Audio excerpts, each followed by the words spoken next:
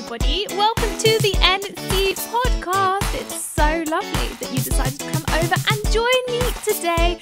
My name is Natasha Collins and I am the founder of NC Real Estate, which includes its members club for landlords and property investors, where they can come and build a profitable property portfolio that completely aligns with their goals. You want to find out more? Head on over to www.ncrealestate.co.uk. That's www.ncrealestate.co.uk. How are you doing today? Are you okay? I must admit, this morning it's been raining and I've been running around like a headless chicken like I do literally every day. I think yesterday I managed to work from 7 a.m. right the way through to 9:30 p.m.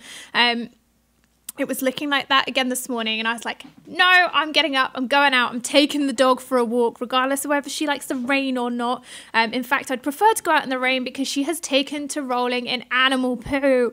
Oh my gosh, we had raccoon poo last week. This week we had duck poo. I have to then take her home, put her in the bath, she hates it, and give her a wash. So I was actually quite relieved this morning that it was raining and that she wasn't going to necessarily do that because I guess the rain dampens the smell, which is fantastic.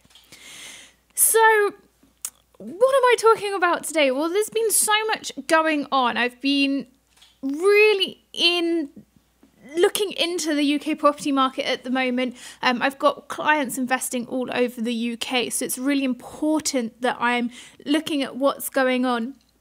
And I have to admit, there's one thing that I've seen which is absolutely driving me crazy, is that the market is not moving, right? That's the first thing. The market is not moving. Even if it's grown in the last couple of months, it's by the smallest 0 point something percentage points. So markets aren't moving. If you're listening to this, and you're like, well, my area's just grown by 10%. Fantastic. Tell me where that is, because for most people over the last couple of months, they really have not seen any growth in the property market. But what I am seeing is agents bringing properties to the market that are overpriced, that really should be £10,000 to £20,000 lower than what they are, and then putting in offers and them just not accepting it, standing firm on the fact that, well, last year I bought it at X amount, and this year it really should be worth an extra £20,000 extra. That's traditionally been the sign of the property market since around 2014 to 2016. The property market in the UK grew by a huge amount. Here's the thing, we're not seeing that anymore. And so if you're putting your property on the market, you have to be prepared to negotiate or just price it right. You know, if I came across a property, I was like, oh yeah, this seems reasonable, seems perfectly within the scope of how much it should be costing to buy this property, then I would advise my clients to snap it up. Instead, we find ourselves in these endless cycles of negotiation with clients, with vendors who just really won't budge. If you are in that same situation, do not offer over the odds. Please don't, because this market will not support you offering over the odds. Take your time to go out, get comparable evidence, see what's happening in the market, see where it's moving to. Has it moved? Is this the right amount that you should be paying? If that's a no, please don't buy it. Please don't buy the property, just because we don't know what's going to happen over the next 12 months. And what I don't want you to then be thinking is, oh gosh, the market's come down a little bit and I now don't know whether I should have paid that amount. Do not sit in that position. Don't allow that to happen. I really want you to be thinking about what offer you're putting in, how worth it the amount that it's on the market is. By all means, go and have a look at these properties. But it's now your job to start doing comparable evidence and seeing where the market actually is, because do not expect agents to be pricing these properties right. Remember, please remember, agents are acting for the sellers. They want to get as much money for the properties that they sell because they get a higher commission based upon the property sell price. They're not going to try and help you in this unless they want to get a deal quickly because no one's buying anything. So just be mindful of the fact that an agent isn't working for you. Unless you hire an agent and you pay them the fees, in which case they should be working for you, or at least they're under contract to, you need to act for yourself, you need to protect your position, and you need to do your due diligence. And however long that takes, it's absolutely fine. Just make sure that you are confident that you are buying at the right price. So that is a note. The market is subdued. Watch it. Just really, really watch it. As well as that, what I'm seeing is a lot of the auction houses and a lot of my colleagues in the auction houses are actually saying to me, Natasha, people aren't really turning up for auctions at the moment, which is interesting, considering typically that's where you're going to be getting the best prices for properties. So always make sure that you're jumping back into the auctions after they've happened and seeing what sold, what didn't sell, if there's any deals to be had. And again, offering an appropriate price for it. But it really is a good way of grabbing yourself a bargain at the moment. So use all of that knowledge to your advantage if you're out there buying right now. The other thing that I have noticed in the property market is the mortgage lenders aren't really excited to lend at the moment. I have been speaking a lot with Birmingham Midshires who mortgage some of my property portfolio, and they are not interested in extending mortgages at the moment. Even doing a remortgage for a higher amount, they just do not believe that the market can grow, and so won't even enter into conversation with me about it, which is new to me.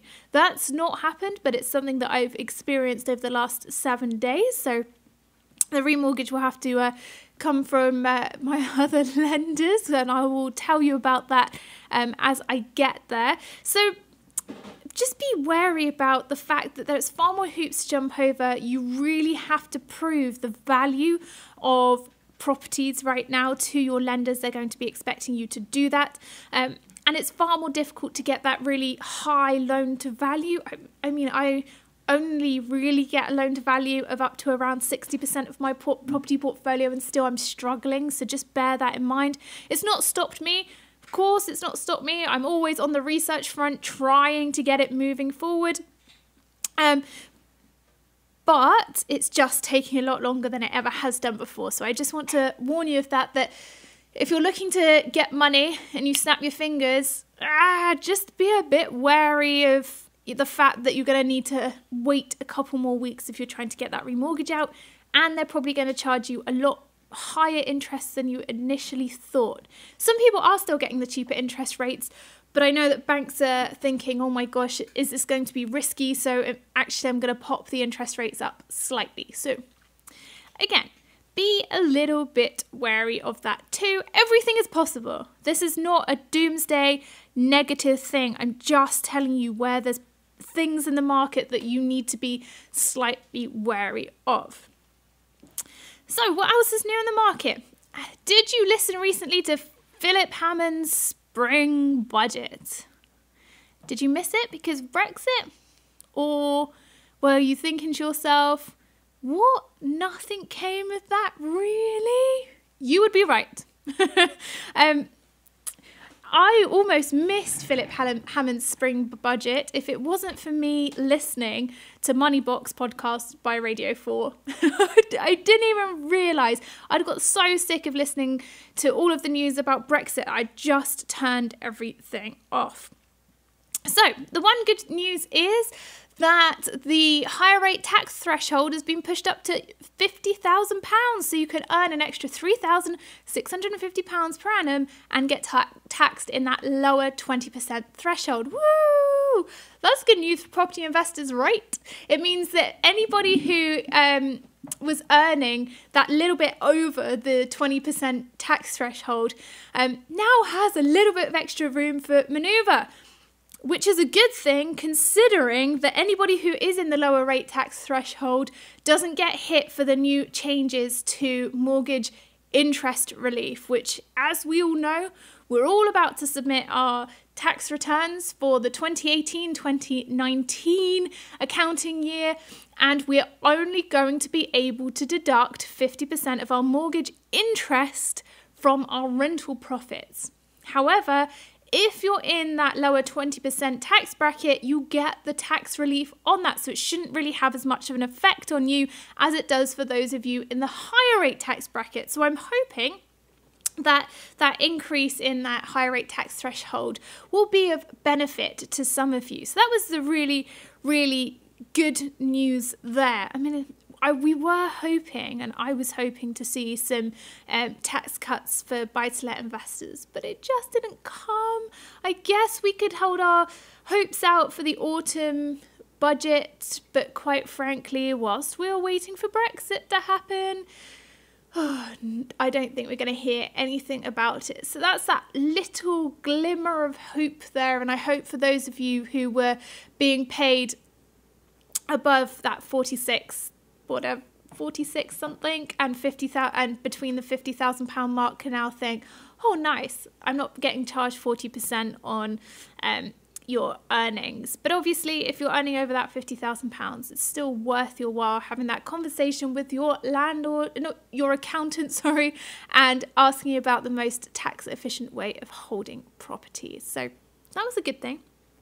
The other thing which Philip Hammond seemed to be really celebrating was the fact that the number of first-time buyers in the UK reached its highest level in 12 years, based upon government incentives such as Help to Buy, which they're saying has really propelled the first-time buyer market forward in an otherwise sluggish market. Well, I just said it was subdued, sluggish, same thing. Well, great that you've got lots of first-time buyers on the market. That is brilliant. And that was definitely what this Conservative government were all for, is getting these first-time buyers on the market and getting them to have those initial properties, and the government were trying to help them as much as they possibly could. So fabulous that they've got that. If you are a first-time buyer and you're listening to this podcast, which I know that we do have a couple of first-time buyers who listen because you get in contact with me, thank you very much. I just wanted to have a bit of a talk about where the property industry is going for you at the moment. So if you haven't yet managed to get on the property ladder and you're thinking, well, yeah, all right, Philip Hammond's just said all of these first-time buyers have got on the property ladder, but hey, I haven't got on the property ladder.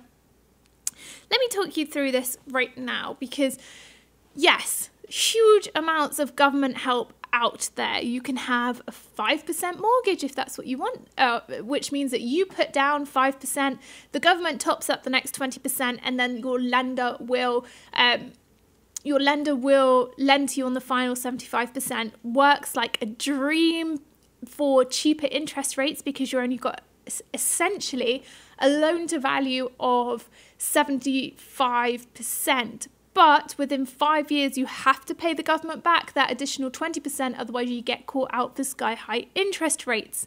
Now, in the past, that's worked really well, because for those first-time buyers who were buying around 2014, 2015, have just capitalised on the fact that property prices have risen, so they sold their properties, bought a new one, paid back the government, and then had enough equity to put down on their new property. Fantastic. If you go back, I think, a podcast that I did around about October time with my sister Amy, she's talked all about how she did that and how she managed to get success from it. So there's still options to do that, but the property market isn't rising as much, so you do have to start thinking about how you're going to pay that extra 20% back.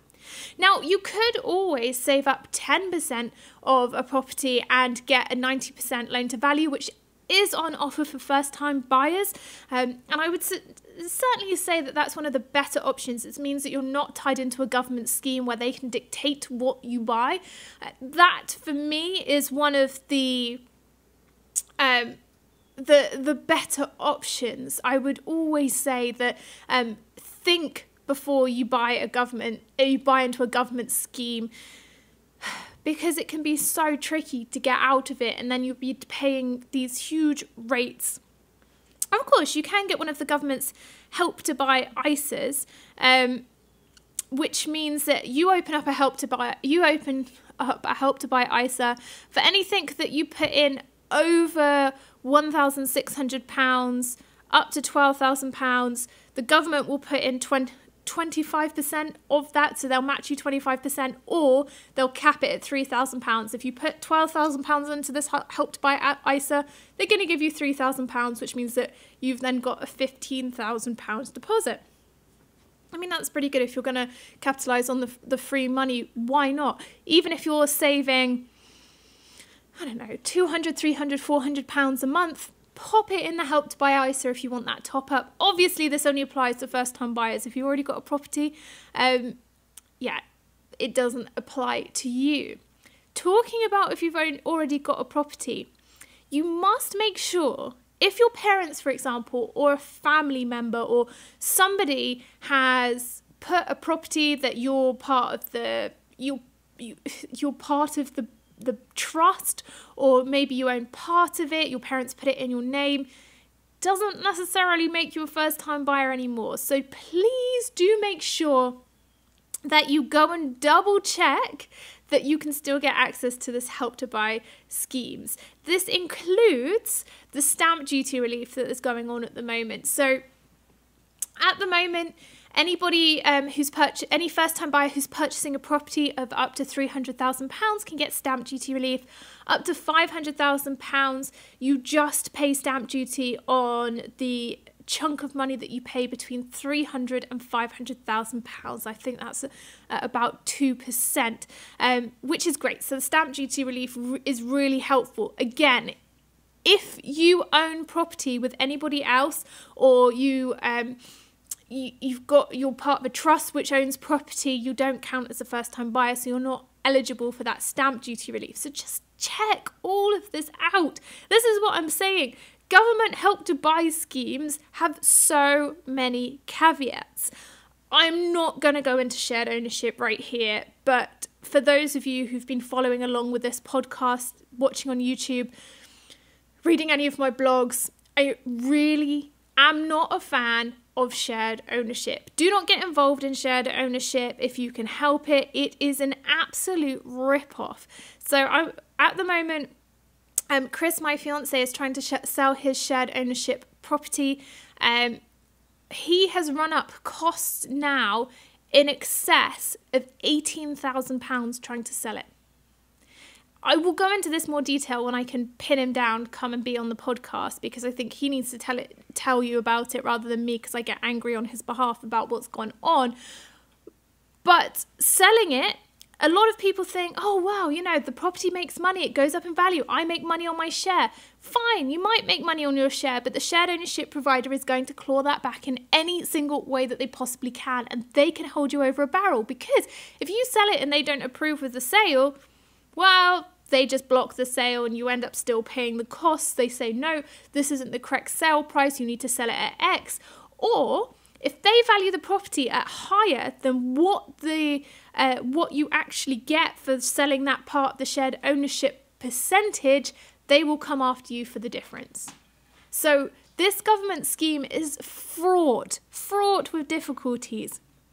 And I'm saying it now, if you're listening and you've been thinking about getting into a shared ownership property, I would save your money, go and buy in a cheaper area that you can afford. There's a lot of banks coming out now with first-time buyer buy-to-let mortgages.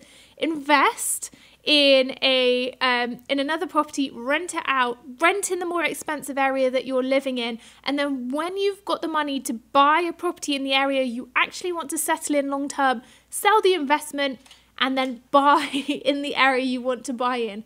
That makes far more sense than getting involved with shared ownership, because you do not just want to be chucking money down the drain. Honestly, it's not worth your time. It's not worth your stress. I'm sure that you've got busy lives, busy working lives. You want to go out and enjoy yourself. You don't want to constantly be putting half of your money or half of your income in a savings account just in case you get screwed over by a shared ownership provider.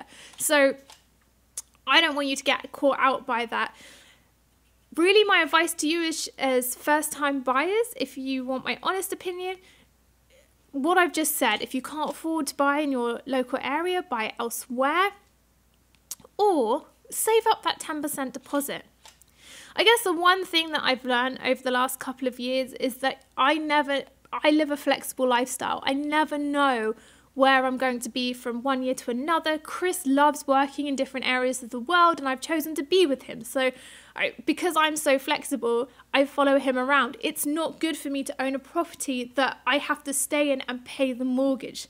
So from that point of view, everything that I do is investing in property, and then we just rent the property that we live in so that we can be flexible. And you might be saying, oh, you're paying somebody else's mortgage. Well, I don't actually see it like that. I see it as the fact that we've got this option in our lives to be wherever we want to be, move to wherever we want to be, and we're very fortunate to be able to do that, but we don't want to be tied down in certain locations because otherwise it takes months to get out of. And if you need to move quickly, for example, when we came to New York, found out in July we'd move by September, it's tough to make those decisions which could completely alter the course of your life because you were tied down by a mortgage.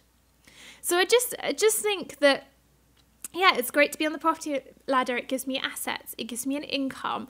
It supports my lifestyle in ways that are just phenomenal. But yes, it also gives me that little bit of added stress that I have to maintain and manage my assets, which, yeah, okay, it comes with it. Nothing in life comes for free.